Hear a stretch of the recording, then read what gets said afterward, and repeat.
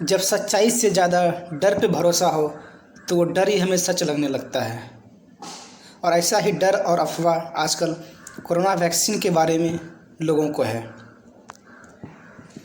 नमस्कार, मैं सुबोध कुमार आज कोरोना वैक्सीन के बारे में बात करने जा रहा हूँ।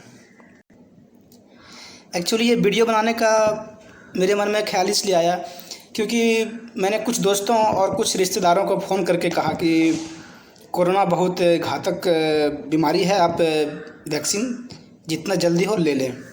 तो उनका रिएक्शन था कि नहीं वैक्सीन अभी सेफ़ नहीं है, अभी नहीं लेंगे। और एक ने तो ऐसा तक कहा कि हम सब गांव के लोग हैं, खाते पीते रहते हैं, तो हमारा स्वास्थ्य ऐसे ही ठीक रहेगा, हमें वैक्सीन का ज़रूरत नहीं है।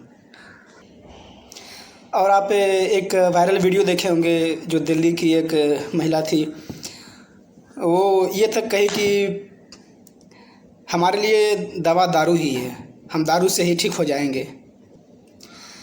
और हमें पूरा यकीन है कि आप लोगों में भी कुछ ऐसे लोग होंगे जो ऐसा ही सोचते होंगे, लेकिन यकीन मानिए ये मूर्खता है। आप उस डॉक्टर पे भरोसा नहीं कर रहे जो अपना जान जोखिम में डाल के लोगों का जान बचा रहे हैं और बहुत मेहनत करके वैक्सीन तैयार किया है। आप इतना तो सोचिए कि जो आपको वैक्सीन लगा रहा है वो खुद पहले वैक्सीन लगा चुका है खुद को। तो इस वीडियो का मकसद यही है कि आप लोगों के मन से वैक्सीन के प्रति जो डर है, जो गलत भावनाएं हैं, उसे मैं दूर कर पाऊँ। चलिए स्टार्ट करते हैं। तो ये वैक्सीन बनता कैसे है, ये भी जानना आपको ज़रूरी है।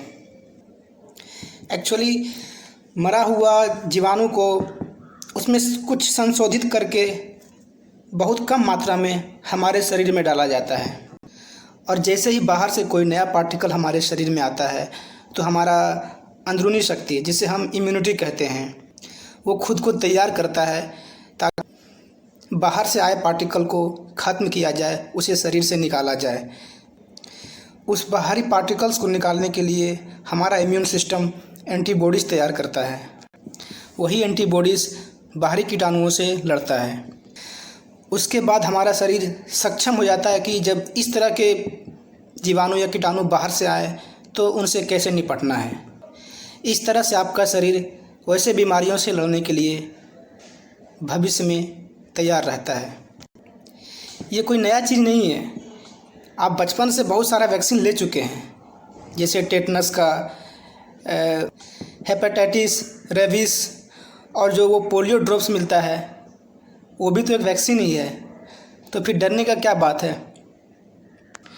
ये आप स्क्रीन पे देख सकते हैं, और वो क्या दिक्कतें होती है वो आप स्क्रीन पे देख सकते हैं। हमारे हॉस्पिटल में मेरे साथ पढ़ रहे लगभग 100 डॉक्टरों को लगा, मेल एंड फीमेल। 200-300 हमारे सीनियर भी डॉक्टर हैं, उन्हें भी लगाया गया। उनमें से किसी को कोई ख़ास दिक्कत नहीं हुआ, बस साधारण बुखार, दर्द हुआ, फिर वो अगले दिन से अपने काम पे लग गए। लेकिन यह सवाल ये उठता है कि लोग तो कह रहे हैं कि वैक्सीन लेने के बाद भी कोरोना हो जा रहा है, तो लेने से फ़ायदा क्या है। तो फ़ायदा ये है कि वैक्सीन लेने के बाद कोरोना आपको उतना घातक रूप से नुकसान नहीं करेगा। घातक नुकसान से मतलब ये आप उनसे पता कीजिए जो अभी हॉस्पिटल में भर्ती हैं, जो मौत से संघर्ष कर रहे हैं, जिनके परिवार वालों को कोरोना के ट्रीटमेंट के लिए बहुत पैसे खर्च करने हो रहे हैं। इसलिए वक्त रहते ही आप कोरोना का टीका ले लें। वहाँ पे एक्सपर्ट बैठे रहते हैं कि आपको सही तरीके से गाइड करेंगे कि क्या करना है, क्या नहीं करना है। तो आप डॉक्टरों पे भरोसा करें और वक्त रहते वैक्सीन जाके लगवा लें। ये सारी बातें मैं खुद बना के नहीं बोल रहा हूँ, मैंने बहुत सारा डॉक्टर का इंटरव्यू देखा, बहुत सारे आर्टिकल्स पढ़े, उसके बाद मैं ये डाटा आपको सब दिखा रहा हूँ और ये बातें कर रहा हूँ।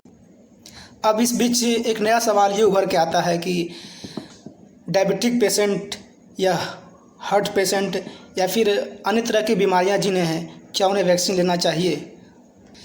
तो मैं उनको ये बता देना चाहता हूँ कि जब वैक्सीन का ट्रायल किया गया था तो इन पेशेंट का भी ध्यान रखा गया था। ट्रायल करते वक्त डायबिटिक पेशेंट पर भी परीक्षण किया गया था।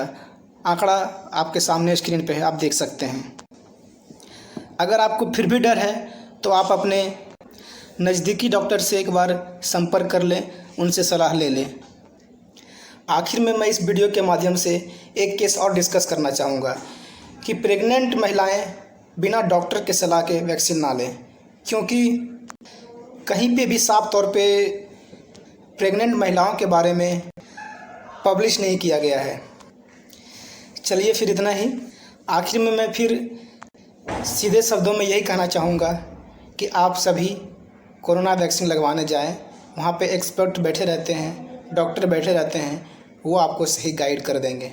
आप आसपास के अफवाहों से प्रभावित ना हो। यही एक तरीका है जिससे आप अपनी अनमोल ज़िंदगी को बचा सकते हैं। हालांकि मैं आपको एक नई सूचना देना चाहूँगा कि 23 अप्रैल को ड्रग कंट्रोलर ऑफ इंडिया ने एक नई एंटीवायरल ड्रग्स को मंजूरी दी है, जिसका नाम है वेरापिन। ये एक एंटीवायरल ड्रग है और ये कोरोना से लड़ने के लिए बहुत ही कारगर साबित हो रही है। आखिर में मैं फिर से आग्रह करूँगा कि 1 मई से जितने भी 18 बरस से ऊपर हैं सभी को कोरोना की वैक्सीन मिलनी शुरू हो जाएंगी, तो आप अवश्य लगाएं। धन्यवाद।